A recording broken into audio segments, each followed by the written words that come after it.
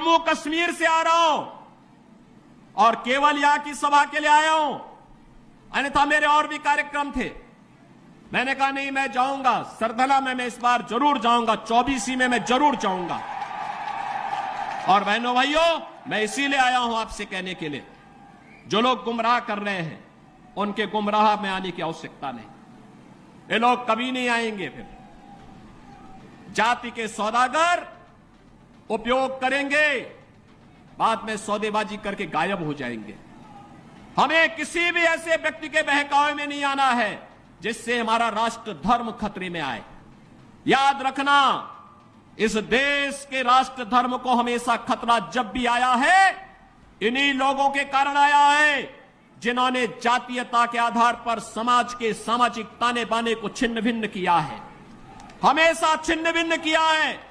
और बहनों और भाइयों, मैं आपको इस बात के लिए आश्वस्त करता हूं कि कोई माय के लाल बाल बांका नहीं कर सकता है। सुरक्षा की इतनी पुख्ता व्यवस्था हमने की है यूपी के अंदर।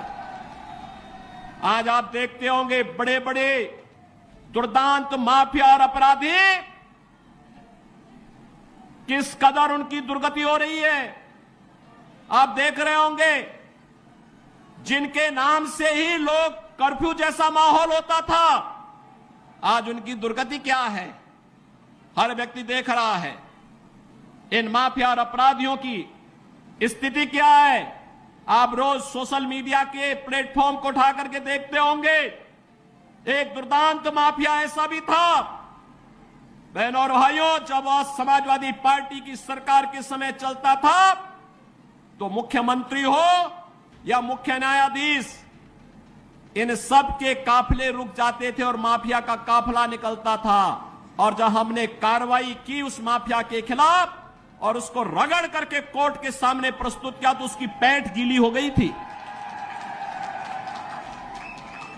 उसकी पैंट गीली हो गई थी।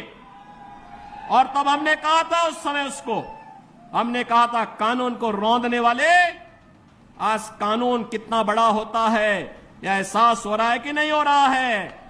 और निर्दोष लोगों को मारोगे तो मिट्टी भी नहीं मिल पाएगी।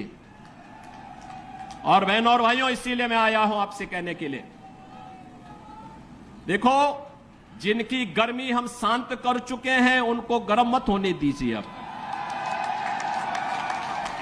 इस क्षेत्र को विकास की मुख्य धारा के साथ जुड़ने दो।